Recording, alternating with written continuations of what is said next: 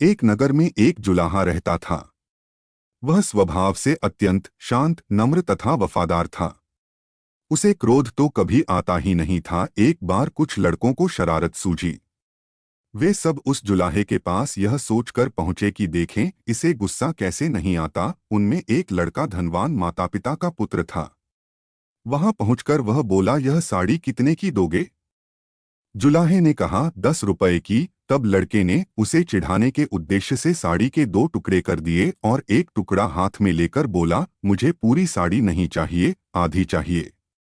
इसका क्या दाम लोगे? जुलाहे ने बड़ी शांति से कहा, 5 रुपए। लड़के ने उस टुकड़े के भी 2 भाग किए और दाम पूछा। जुलाहा अब भी शांत। उसने बताया, 2.5 रुपए। लड़का इसी प्रकार साड़ी के टुकड़े करता गया। जुलाहे ने मुस्कुराते हुए कहा, तुम यह घाटा पूरा नहीं कर सकते। सोचो किसान का कितना श्रम लगा तब कपास पैदा हुई। फिर मेरी स्त्री ने अपनी मेहनत से उस कपास को बुना और सूत काता। फिर मैंने उसे रंगा और बुना। इतनी मेहनत तभी सफल हो जब इसे कोई पहनता, इससे लाभ उठाता, इसका उपयोग करता। पर तुमने उसके टुकड़े टुकड़े कर डाले। रुपए से यह घाटा कैसे पूरा होगा? जुलाहे की आवाज में आक्रोश के स्थान पर अत्यंत दया और सौम्यता थी। लड़का शर्म से पानी पानी हो गया। उसकी आंखें भर आई और वह संत के पैरों में गिर गया। जुलाहे ने बड़े प्यार से उसे उठाकर उसकी पीठ पर हाथ फिराते हुए कहा, बेटा, यदि मैं तुम्हारे रुपए ले लेता तो है उसमें मेरा काम चल जाता, पर तुम्हारी जिंदगी का वही हाल होता जो उस साड़ी का हुआ। कोई भी उससे लाभ नहीं होता।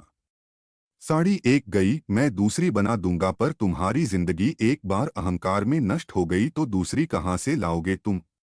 तुम्हारा पश्चाताप ही मेरे लिए बहुत कीमती है। अंत में बोला, अब मुझे यह साड़ी नहीं चाहिए। यह टुकड़े मेरे किस काम के? जुलाहे ने शांत भाव से कहा, बेटे, अब यह टुकड़े तुम्हारे ही क्या, किसी के भी काम के नहीं रहे। अब लड़के को शर्म आई और कहने लगा, मैंने आपका नुकसान किया है, अंततः मैं आपकी साड़ी का दाम दे देता हूँ। जुलाहे ने कहा कि जब आपने साड़ी ली ही नहीं तब मैं आपसे पैसे कैसे ले सकता हूँ? लड़के का अभिमान जागा और वह कहने लगा, मैं बहुत अमीर आदमी हूँ। तुम गरीब हो, मैं रुपए दे दूंगा तो मुझे कोई फर्क नहीं पड़ेगा, पर तुम यह घाटा कैसे सहोगे? और नुकसान मैंने किया है तो घाटा भी मुझे ही पूरा करना चाहिए। संत की ऊंची सोच समझ ने लड़के का जीवन बदल दिया। यह संत कोई और नहीं बल्कि कबीर दास जी थे।